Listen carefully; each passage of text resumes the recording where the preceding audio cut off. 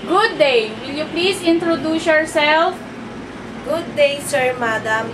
My name is Jocelyn Cabe, 33 years old, 5'3" in height, married. I have 2 children.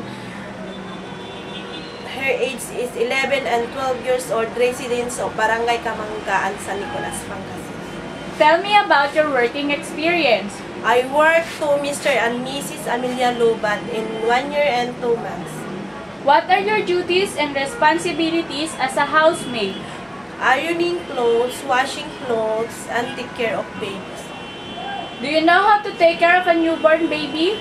Yes, ma'am. I know how to take care of baby by feeding them and burp after feeding and change the diaper. Are you willing to take care of an elderly or an aged person? Yes, ma'am. I'm willing to take care an elderly person to help their needs and taking foods and medicine. Do you know how to cook? Yes, ma'am. Like tinula, adobo, and other desserts. Can you operate electrical appliances? Yes, ma'am. I can operate washing machine, vacuum cleaner, electric fan, and others. How will you win the trust of your employer? Be honest to them. Why do you want to work in Hong Kong?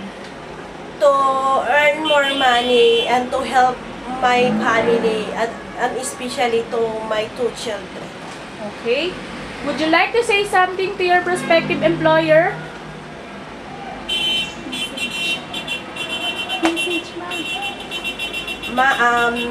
If you give me a chance to work in Hong Kong,